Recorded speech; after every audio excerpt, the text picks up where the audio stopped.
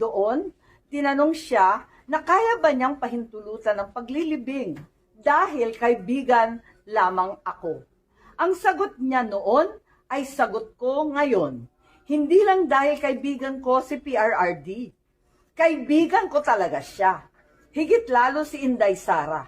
Mga kaibigan ko sa pagpapaunlad ng bayan, pagpapanatili ng kapayapaan at katahimikan at pakikipaglaban kontra sa puwersa ng kasamang naglalaganap na katiwalian, gutom at katraydoran. Sinabi ng senadora na walang makakapigil sa kanya para mag-ingay laban sa pagtataksil at pambabastos sa taong nagbigay galang sa kanyang ama noong pinahintulutan ng dating presidente na mahimlay sa libingan ng mga bayani ang kanyang ama. Inuulit ko, noong 2015, ako ang una at kaisa-isang gobernador na nagdeklara ng suporta para kay Presidente Duterte. At kahit ako ang nag-iisang matitira, maninindigan ako para sa kanya.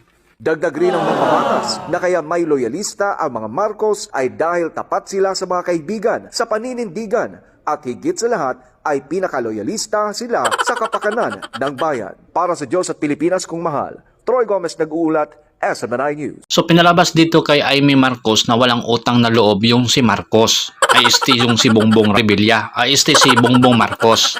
Pinalabas na dito na walang utang na loob sa mga Duterte. No, kahit pinalibing yung ama, hindi niya dinideserve yung mabuting ginagawa ng mga Duterte sa kanyang ama na pinilibing doon sa libingan ng mga bayani. No? So pinalabas dito kay Amy Marcos na walang utang na loob. Ito si Bongbong Marcos. So ganun.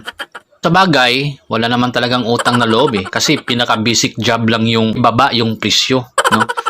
Kahit hindi lang ng tag-20 yung kilo ng bigas, si Digo nga wala pang kita yung government, pero naibaba yung presyo. Dati kay 50 pesos, naging 30 pesos na. Ilang days lang na umupo si Digong, wala pa yung kita yung gobyerno wala pa yung kita.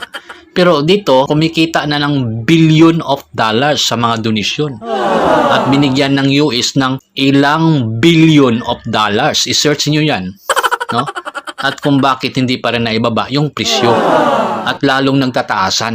Wala nga utang na loob sa mga tao na bumoto sa kanya. Ganyan kawalang hiya to si BBM. Ito si Bongbong Marcos. Siguro. Ito, opinion ko lang. Kasi nga dito pa lang pinakita ng kaniyang kapatid na walang utang na loob nga yung kapatid niya na si Bongbong Marcos. Klarong-klaro naman sa mga sinasabi, hindi na kailangan ipaliwanag, hindi na kailangan isipin ng mabuti. Klarong-klaro, walang utang na loob sa isang president na nagpalibing sa kanyang ama, lalo na sa mga tao na mga mahihirap. Bumoto lang sa kanya. Anong pakialam niya? Who cares?